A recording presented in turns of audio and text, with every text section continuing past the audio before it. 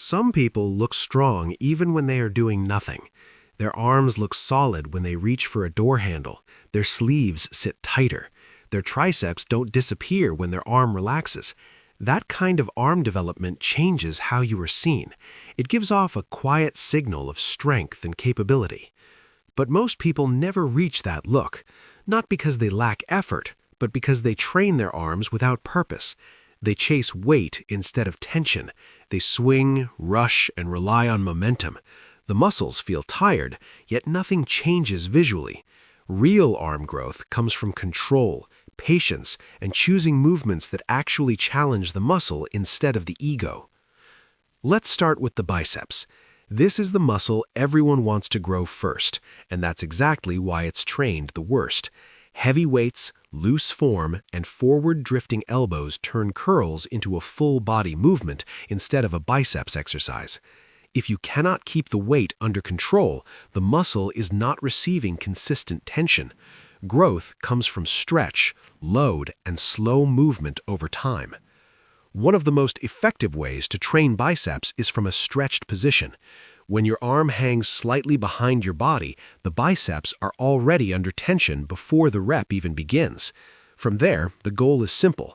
Keep your upper arm still and move only your forearm. Lift with control, pause briefly, then lower the weight slowly. The lowering phase is just as important as the lift. Whether you use dumbbells, bands, or cables, the rule stays the same. No swinging, no rushing, no shortcuts. Next, the triceps. These muscles make up most of your upper arm size, yet they are often treated as an afterthought. If your arms look flat from the side or soft from the back, the triceps are usually the missing piece. Like the biceps, they respond best when trained through a long range of motion with control. Overhead movements are especially powerful because they place the triceps in a stretched position. From there, extend the arms slowly and lock out with intention.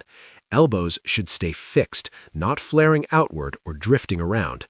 After that, press-down style movements help reinforce strength through the full extension. The focus should not be on pushing weight downward, but on straightening the elbow against resistance.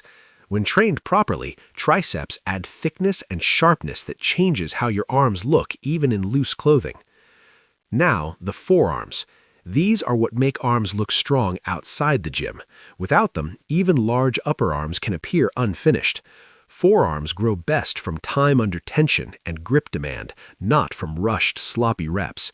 Controlled wrist movements and loaded carries are simple but highly effective.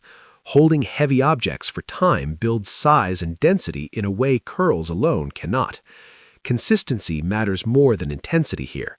Short, frequent sessions work better than rare, brutal ones. Finally, recovery. Arms are small muscles that already work during pulling and pushing exercises. Training them every day does not speed up growth, it slows it down. Muscle grows during rest, not during the workout itself. If you stress the same muscle again before it recovers, you interrupt the building process. 2 to 3 focused sessions per week is enough for most people. Add sleep, food, and time, and results finally start to show. The lesson is simple. Arms are not built by doing more. They are built by doing better. Choose exercises that load the muscle in a stretched position, control every rep, give your body time to recover. When you train this way, your arms don't just look good when flexed, they look strong all the time. That is how real arms are built.